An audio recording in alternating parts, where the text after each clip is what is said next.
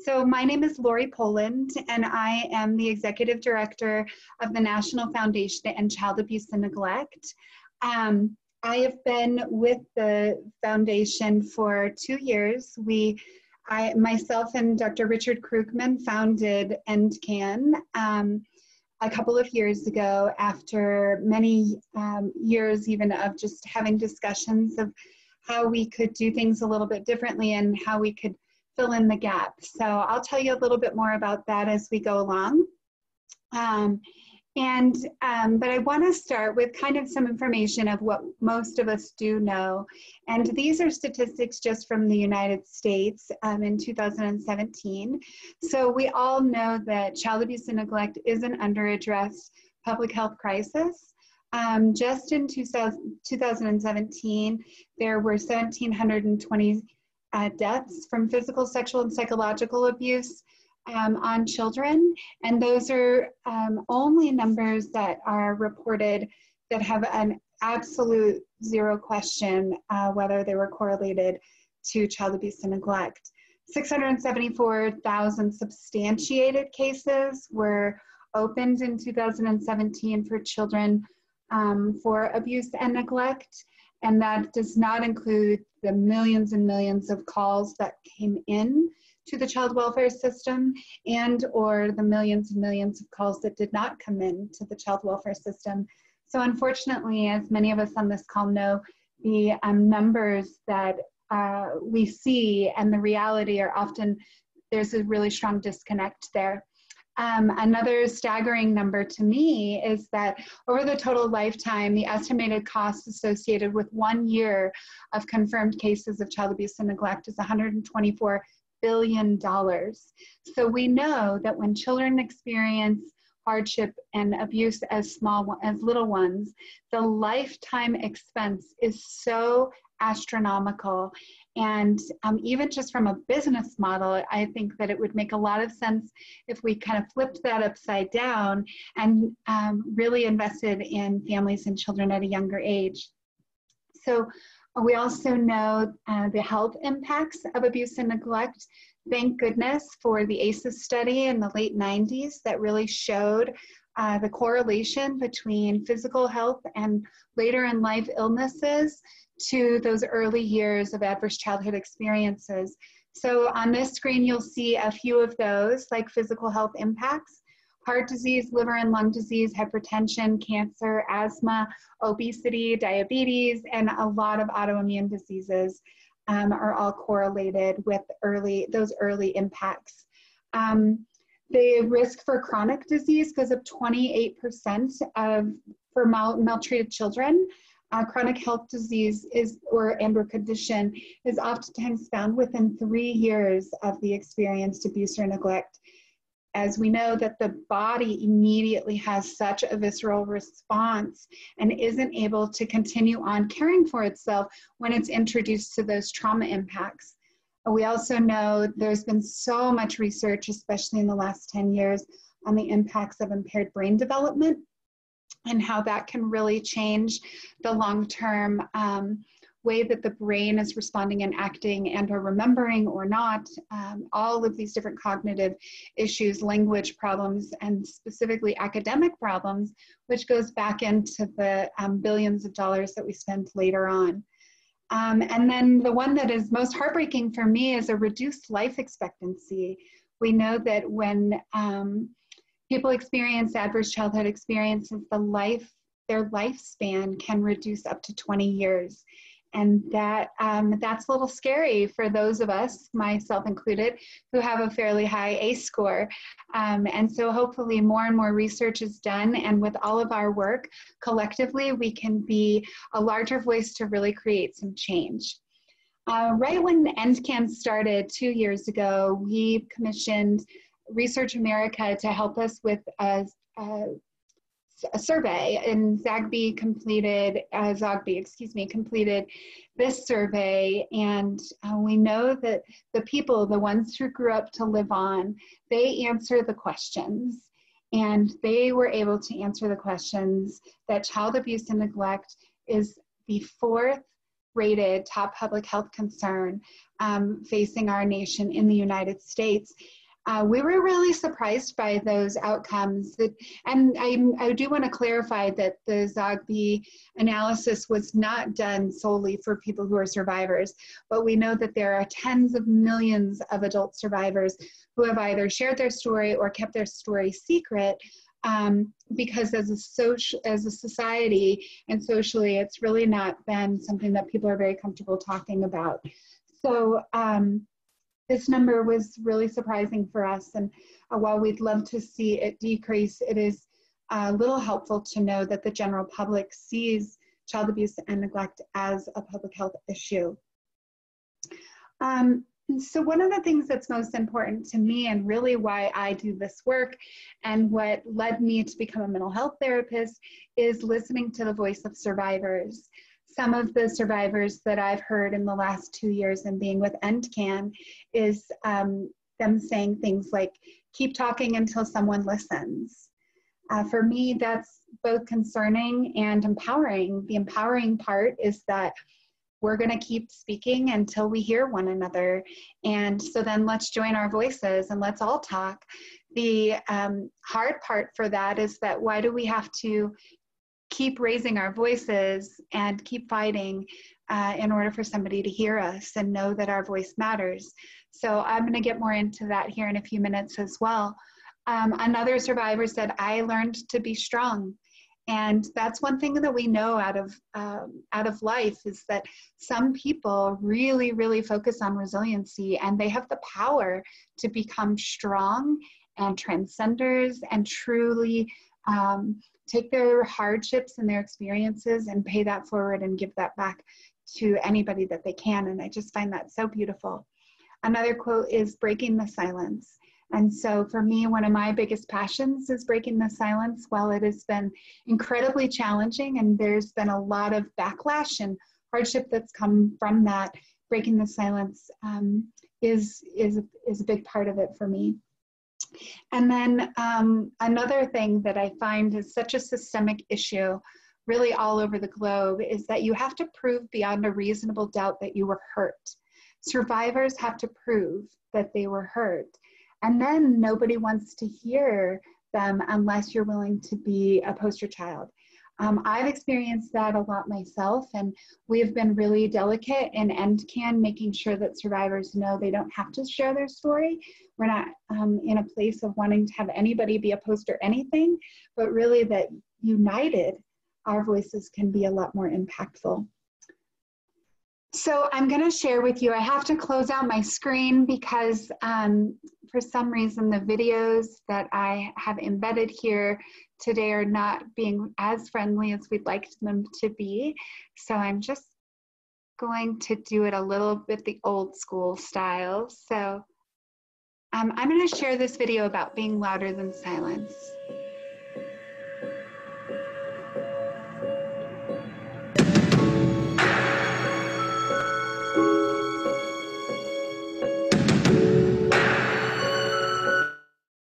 And I'm realizing, so I'm going to have to start all over. Please bear with me. I'm not a techie. I'm a therapist. So I'm going to reshare screen. Thank you. I'm sorry. I should have known that. I did know that. We even covered it. One moment at a time, right? Okay, here we go. I'll start over.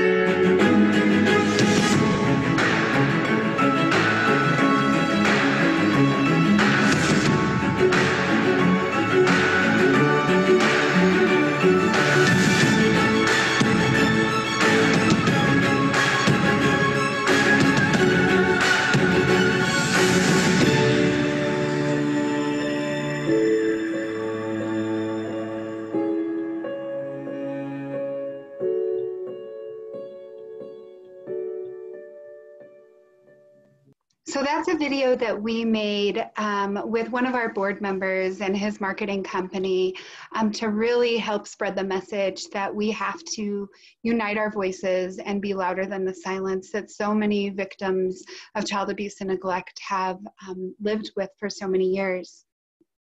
And I'd love to tell you now about my story and my experience.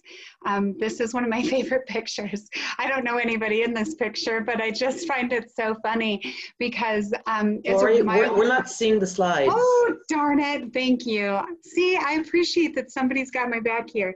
Thanks. Let me try this again. Oh, share screen. Here we go. Now you're going to see the fun screen. Okay. There we go. Or the fun slide. There we go. Okay. So it's a roller coaster. My life has been a true roller coaster. I love this picture because there's several people in it who are terrified and then several other people in it who are smiling. And I feel like some days my life is like that. One minute I'm smiling and the next minute I'm terrified. And a lot of that comes from my experience of early trauma. And so I'm just going to share with you the Cliff's Notes version of my life and what brought me to do this work. And so when I was 3 years old, I was playing in my front yard. It was 1983, and it was a really hot summer day here in Colorado. And I was playing in the gutter. We lived in a really poverty-stricken community, and I was playing in the gutter with a toy boat. And my brother and I had both lured my dad into giving us another popsicle right after our mom went back to work after her lunch break with us. And my dad had taken the day off of work to join us and to be home with my brother and I. And while my dad went inside to get us a popsicle, a car drove up. It was an orange Datsun, and the passenger door was already opened when he pulled up to right in front of me. And he asked if I liked candy. And like any sugar-loving 3-year-old, I said yes, and I eagerly got in the car with him. And we negotiated that I would leave my pants there on the curb of the sidewalk. And my 5-year-old brother was standing up by our front porch, or on our front porch by our front door, waiting for those popsicles. And his big blue eyes were just watching this all happen. And within seconds, my abductor took me and we drove off. And by the time my dad came back outside and looked at the curb and looked at my brother and looked at the curb, and then my brother let out this horrific sound, my dad said, and off he went. My dad came after us, but by the time he got to the end of our street, he didn't even know what direction we had gone. And so my abductor took me up to the mountains, and he found an old abandoned outhouse toilet where people use the restroom and when they're up hiking or camping and things like that.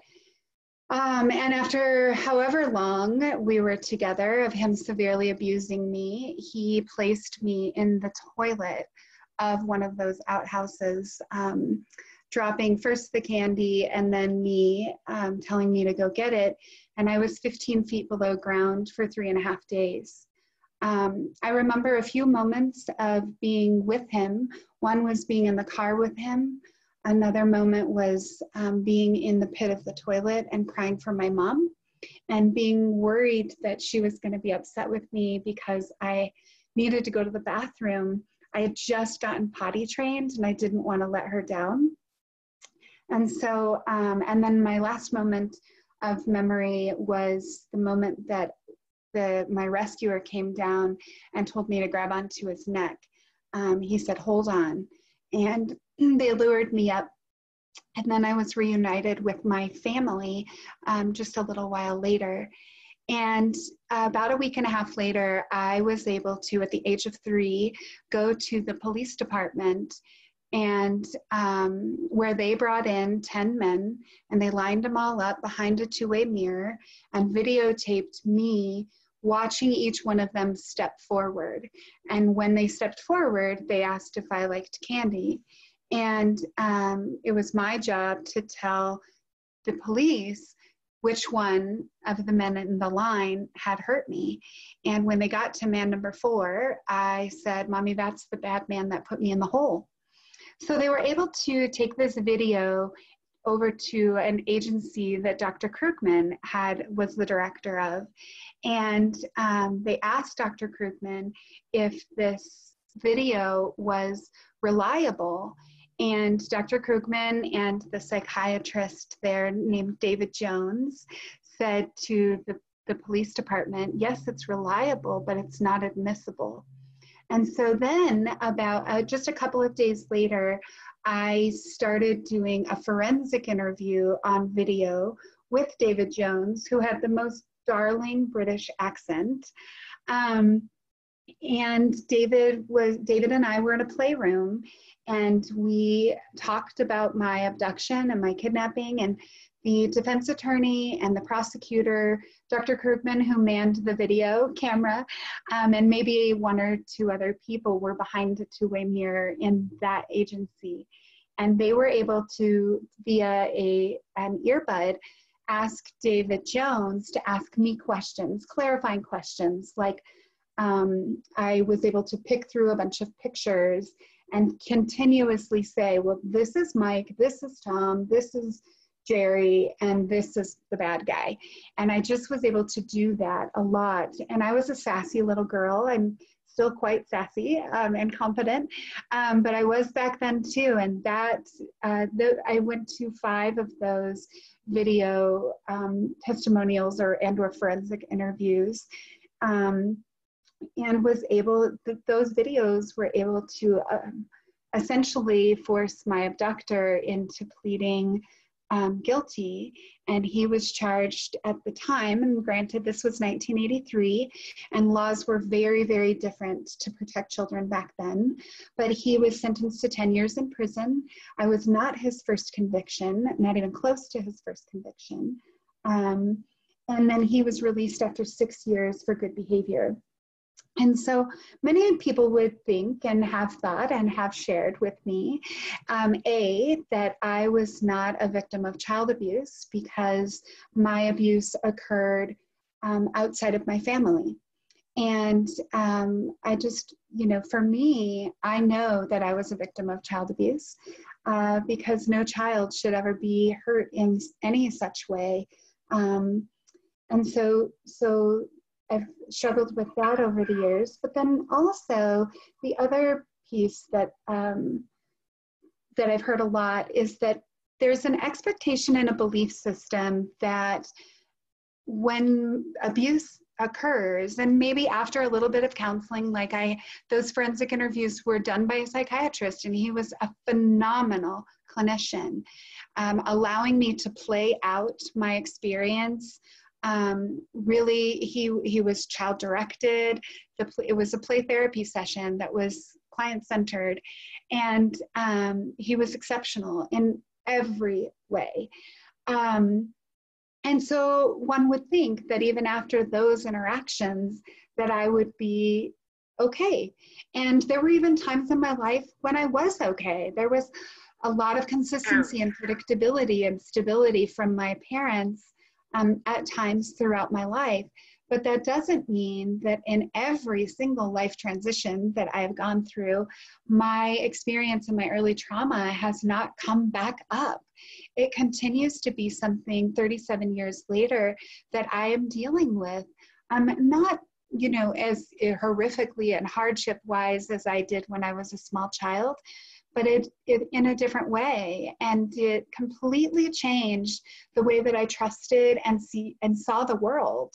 The relationships that I have, the interactions that I've had, my capacity to feel safe and secure, all of those things altered when at the very, very young age of 3, my sense of normalcy and security and safety was completely uprooted.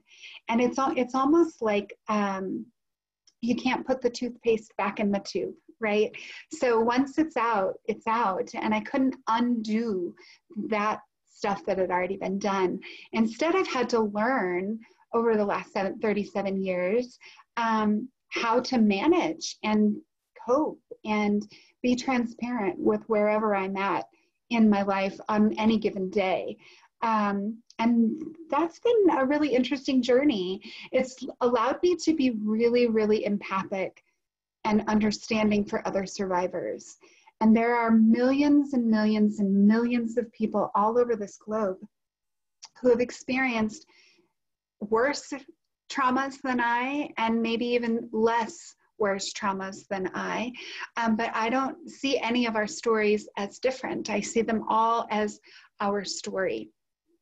And so for me, aging, when my abductor was released, I was 11 years old, and I was in the I was 10 years old, excuse me, and I was in the third grade.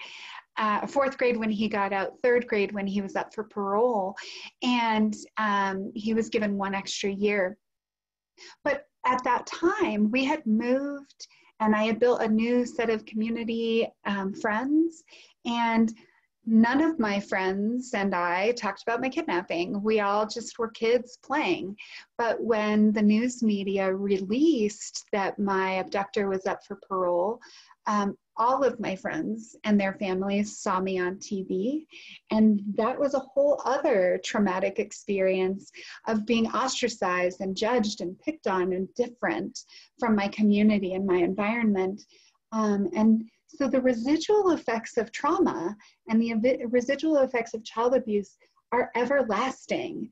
They came up in another way when I had my own children. I have 3 children, 2 girls. My oldest are girls, and my youngest is a boy. And so when my oldest daughter was born, I experienced really significant postpartum depression, because after I got pregnant, I realized, oh my heavens, I am bringing a child into a world that could cause so much harm. How am I going to keep her safe? How am I going to protect her? How am I going to ensure that nothing bad happens to her? And that went on until she was about 13 months, when I really started coming out of that dark cloud of postpartum through therapeutic support and work. And then I, began to trust myself as a mother and know that, I'm not going to be able to protect my children from everything, that there are going to be things that my children experience and have to go through that I'm going to, instead of protect them, have to help them be okay with, and heal from and overcome and transcend themselves. And so, when my daughter turned 3, I prepared for that, and I did this whole, almost like a ritual with her. And I did the same thing with my second daughter. What I didn't do was do that with my son, because I didn't think it would be the same. My son was a boy and I was not. And so I didn't think that there was a correlation. However, I knew for a very, very long time that my abductor at the age of 3, let me just rewind, I apologize. His neighbors had come forward and shared some information with some of the people involved in my case. And they had shared that when he was a little boy, he was about 3 years old, and he would be at their house crying and begging not to go home, begging to stay at their home. And they had shared that in hindsight, they didn't know what to do. And they had felt so bad that they didn't do enough, that they didn't do what they ought to have. And so for me, when I knew that my abductor at the age of 3 did not get the help and services that he needed, which very well could have prevented him from hurting me. And I wouldn't have needed the help and services that I've needed, right? So it's kind of this domino effect. And so when my son was born, and when my son turned 3, I didn't realize that I would have the exact same response.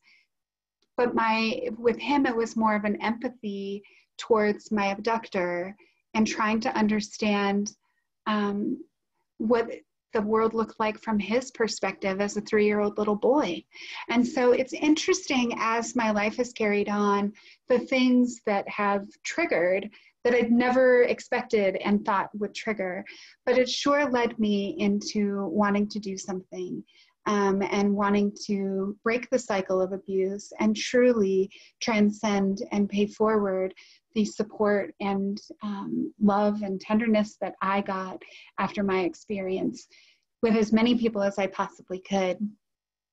And so I do want to emphasize that my story is only one story. And there are a lot of versions of my story, but it's really, really important that every voice is imperative to create the necessary change. We oftentimes forget that we strip the voices of our survivors. We assume that we know how they feel and what they feel. And then we also, as I shared earlier, that we think that it's over when the abuse ends, but it's not over. And if we can bear those things in mind, those lessons, I think we can be a lot more impactful with the work that we're all doing. Because for me, if somebody had given that voice to me by simply saying to me, this is something you're going to have a hard time with throughout all of your life, I probably wouldn't have felt so shamed and shameful as an adult, still struggling with something that happened so many years ago.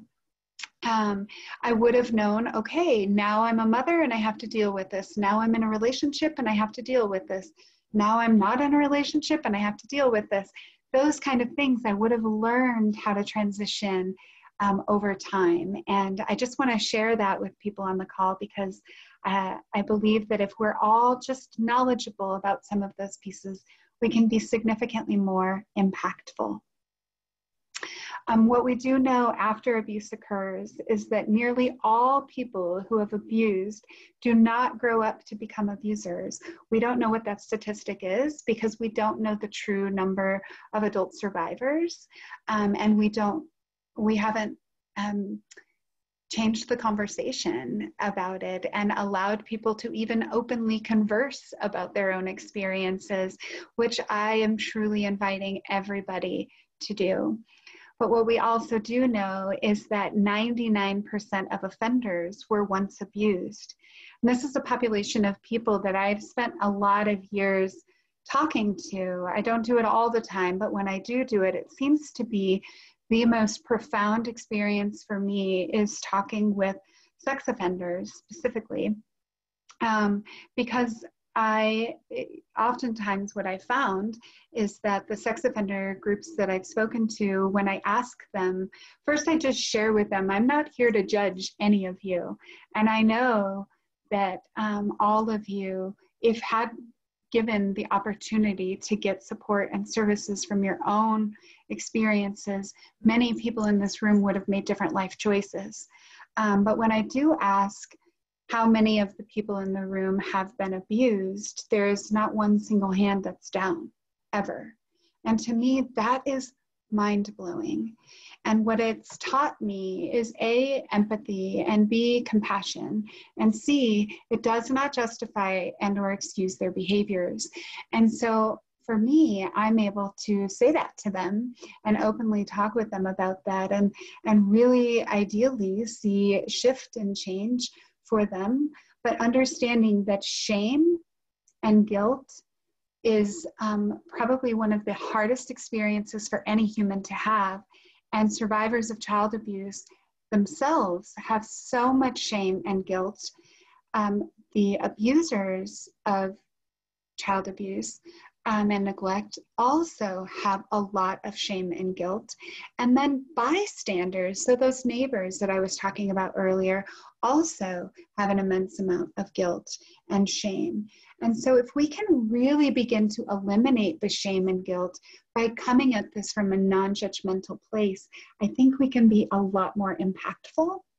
And that has been my focus. And so I just bear the question is, what if we helped throughout the whole lifespan? What if we knew that people were going to need safe, nurturing, and healthy environments their whole lifespan? And if at any point there was a disruption in that nurturing, safe, and healthy environment, that it's our job to continue on supporting them throughout their entire lifespan so that they do not feel the shame and guilt and or become the offenders that we don't need, that would truly break the cycle. And then the next what if is, what if we all took part in being the change? And for me, being the change is uniting our voices. We have seen so many health issues, and so what we're seeing originally as social issues like suicide and smoking and cancer. All of those are just examples. AIDS is another one. Teen pregnancy is another one. We've seen those things 40, 50 years ago where nobody spoke of them. Nobody wanted to talk about being suicidal or having depression or having breast cancer. You kept that in your own family. That happened behind closed doors. We took care of it within our own system. And then you just plugged away. But that secrecy and that silence truly breeds shame. And so what if we all took part in changing the conversation to openly talking about child abuse and neglect, where there is no judgment, there is no shame or guilting of one another, but instead just openly talking about it. We don't have to make everybody the bad guy or make everybody the victim or make anybody, the superhero, but we're all just openly talking about it. And if we did that, we might see, like many of those other things, improvement. We might see significantly more research and understanding. We might hear from the adults who are contemplating wanting to hurt their children before they actually hurt their children. One of my favorite quotes is from Henry Kemp, and he said, "Abusive parents love their children very much, just not very well. And it's our job to teach them how to do it better." So for me, I believe that all of us partaking in that is the answer to truly help each other do it better. And then the next what if is, what if we embraced our life impacts and found healing from them? So instead of staying in a victim stance, which I am absolutely guilty of doing at times, many, many times throughout my life, if I instead took my experience and really found healing from it and have gratitude from my experience, which most days I do. There are still many days where I do not have gratitude for being an abuse survivor. But if I instead took that life impact and I found healing from it, that healing allows me to be the change that I want to see in the world. And I spread that as much as I can to really anybody who listens. I get captive audiences of 120 plus people like you. I can't see any of you, but you can all see me. And so I kind of force my message onto anybody that would be interested in listening, hoping that just one, that's all I need, is just one person feels impacted and understands and can relate to my words so that you too can be louder than silence and be part of the change, because ultimately we are all survivors. And that's the last what if, is what if we were all survivors? And I don't think that many of us realize that child abuse and neglect truly impacts everything. Everything. It's like one drop of poison can ruin the whole barrel of water. It truly impacts everything. Everything I've ever touched, I have had an impact on, for better or for worse. I know that my abduction has caused a lot of harm. I know that it's caused a lot of good. I know that it's caused a lot of heartache. It's caused a lot of resentment.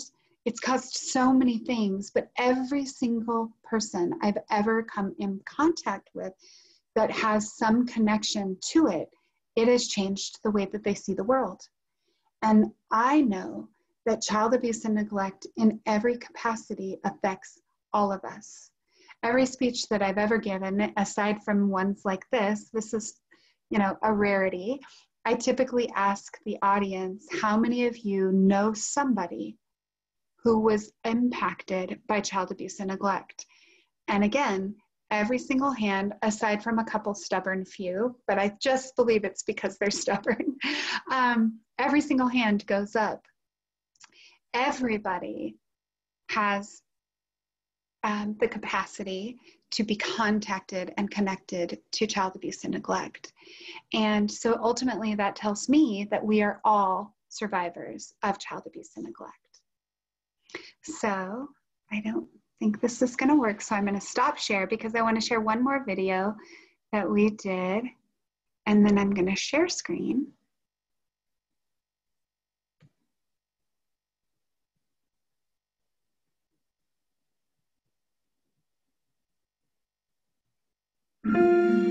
The world is full of proud survivors. If you survived cancer, you're open about it. You donate, you advocate, you fundraise. For those who have overcome addiction, we help them celebrate the anniversary of their sobriety. But there's one instance where the survivors keep it quiet, where its effect touches anyone and everything around it, causing more pain. Where pride is replaced by shame. It's child abuse and neglect. For those who have suffered abuse, it's uncomfortable, it's embarrassing, and it's too rarely talked about. But these people are not victims. They are survivors. Once you embrace it, you realize you are not alone.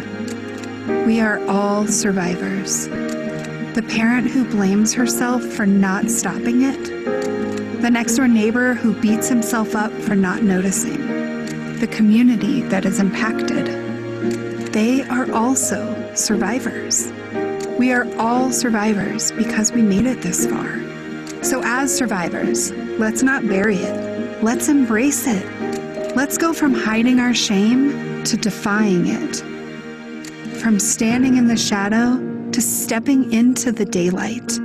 Because when it comes to child abuse and neglect, none of us are alone. None of us are at fault.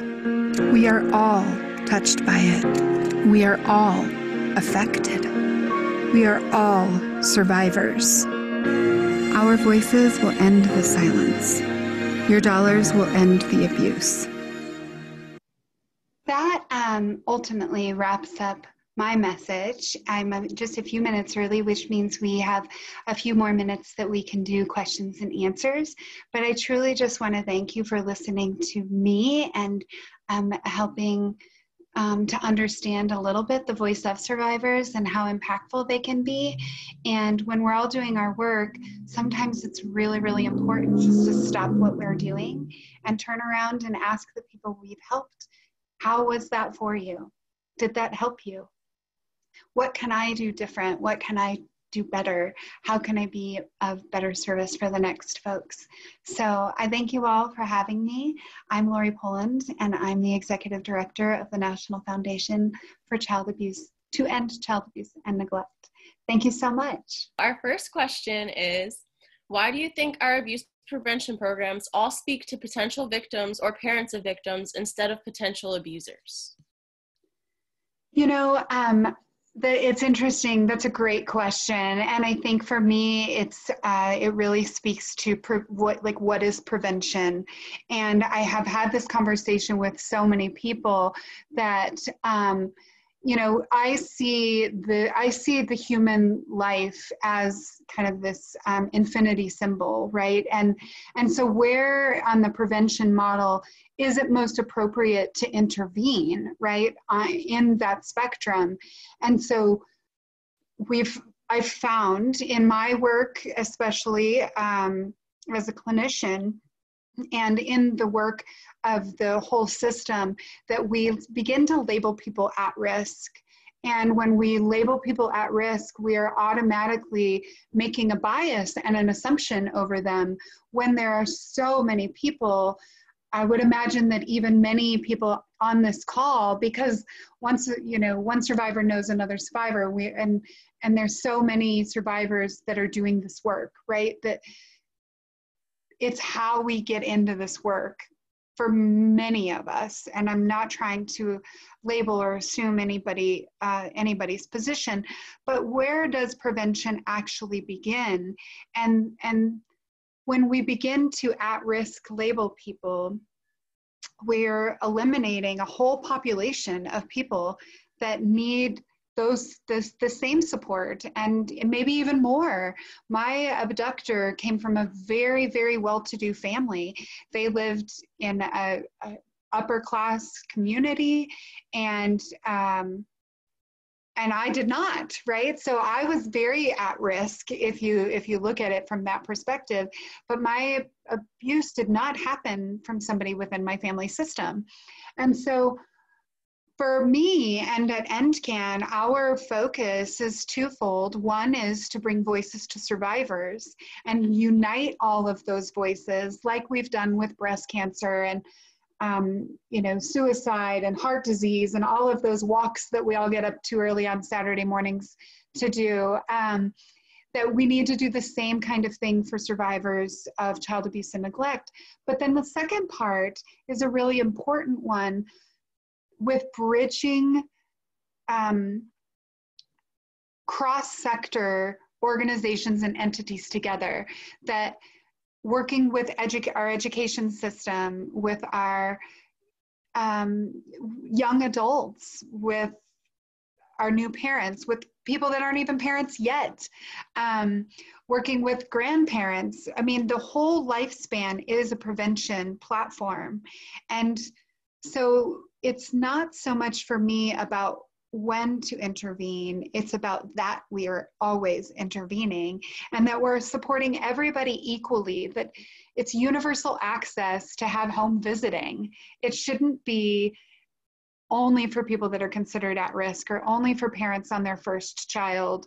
My third child was harder than my first two, and so those are just that's just the way that I look at it, is when do we intervene? And that prevention is the whole lifespan. And if we all work together with our legal systems and our healthcare systems and our education systems and our child welfare, we're going to be doing things a lot differently, because there's really no exclusion or inclusion that occurs. Thank you for that. So the next question is, any advice for working with a kid who was abused at a young age and now 10 years later has blocked a lot of the memories, how to help them heal? Absolutely. So in my work, so I still have a very small private practice where I serve individuals all the way from small children all the way up into adulthood, because it's such a passion of mine. I'm working with the human, right? The soul to soul connection. And one thing that I am very strongly opinionated about is just talking very openly and modeling how their experience is normal. And so many people, even today, I got a very long email from 2 former clients who came together, they're good friends, and sent me this email asking about, why did we forget? Why have we forgotten so many things? Why do we have these experiences in our lives where we block out chunks of time? And I too have had that, where it's almost like dissociation, right? But it's years of my life that I don't remember. And, one of the things that I do in my practice and when working with survivors is letting them know that it's really normal for your body to stop bringing in information, because if your water is already boiling, you can't put anything else in there, right? So your body is doing what it needs to do. And the more that we slow down and attend to our body and be present with our body, the more we're able to let memory come in and or new experiences come in without us needing to block them out and not remember them. So when you're working with somebody that has no memory, for me, it's letting them know that that's okay, that you might not be able to consciously remember it. And there will be times in your life where you're going to have experiences, whether it's in intimate relationships or child rearing or the loss of somebody, seeing somebody that reminds you of your offender, or even unexpected triggers, the likelihood of you getting re-triggered can be high. And so just naming all of that for them so that they know what to expect, then they don't quite feel so unique and different and scared and vulnerable and alone when those things do occur. So that would be my best advice for that. Thank you. Mm-hmm. We have a really good question, actually. Do you find it hard to stay professional and or not have flashbacks during a session when you come into contact with a child that has been through similar abuse that you have? Great question. You know, it's interesting, and I think my education system, I went to Regis University, and they really taught me about that professional capacity and being able to disclose if I'm having any,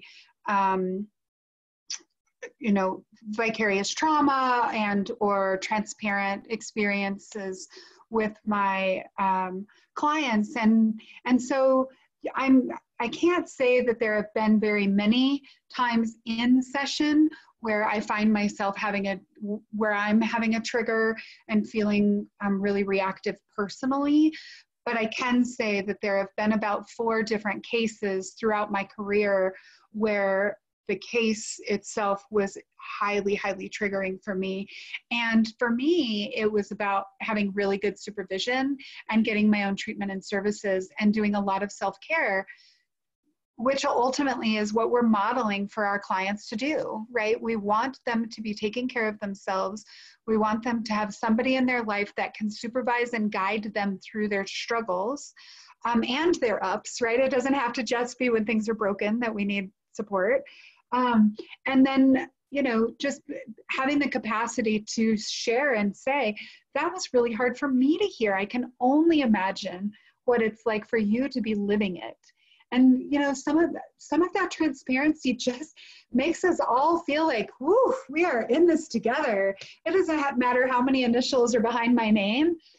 I am a human being and you're a human being. And for every age, from 5-year-olds all the way up to 55, 75-year-olds, just that transparency can really make us feel like we're being held with a big weighted blanket, you know? So that would be my best advice in the therapeutic setting if something like that happens. And it has kind of happened as I shared.